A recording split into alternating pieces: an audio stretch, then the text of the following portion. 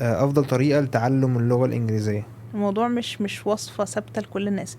هتلاقي ناس كتير قوي تعلموها بطرق مختلفة. يعني في حد كان بيجيب grammar in use و vocabulary in use وبيقعد يذاكر وفي حد يقول BBC learning English أو 6 minute English أو الحاجات دي كلها.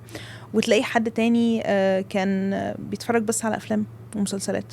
حد بيحب القراية، حد ذاكرها في المدرسة وكان شاطر، حد كان في مدرسة international وكانت فعلا اللغة فيها قوية.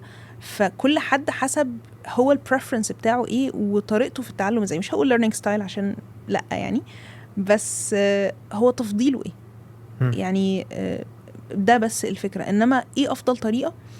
لو قلنا ان احنا multi sensorial beings، ان احنا الحمد لله عندنا حواس كتير قوي، فافضل طريقة نتعلم بيها ان احنا ندخل كل الحواس دي في نفس الوقت، نستخدمها كلها في نفس الوقت.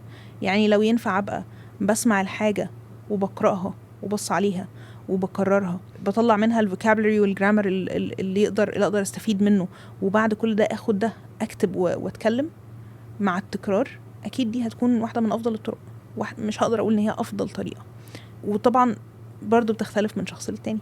يعني في شخص ممكن يقول لي انا بحب القراءة، فممكن اقول له طيب ممكن تقرأ كذا، بتحب موضوع ايه مثلا، فابدا اتعلم عنه اكتر. ممكن ابدا ابعت له لينكات